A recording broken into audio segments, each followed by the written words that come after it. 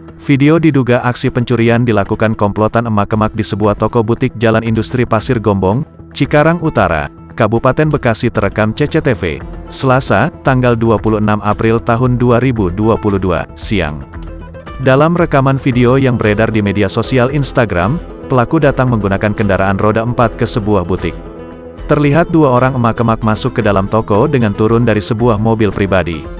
Lantas, mereka lalu bersandiwara layaknya pembeli dengan melihat-lihat koleksi pakaian yang tersedia.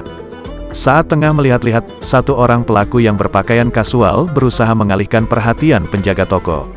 Pada saat bersamaan, pelaku yang mengenakan gamis beraksi dengan menguntit beberapa potong pakaian dengan disembunyikan ke dalam gamis yang dikenakannya. Untuk mengelabui penjaga toko, komplotan maling ini memilih beberapa potong pakaian dan membayarnya. Menanggapi video viral tersebut, Kapolsek Cikarang Utara Kompol Mustaqim mengatakan, pihaknya belum menerima laporan atas kejadian dugaan pencurian tersebut.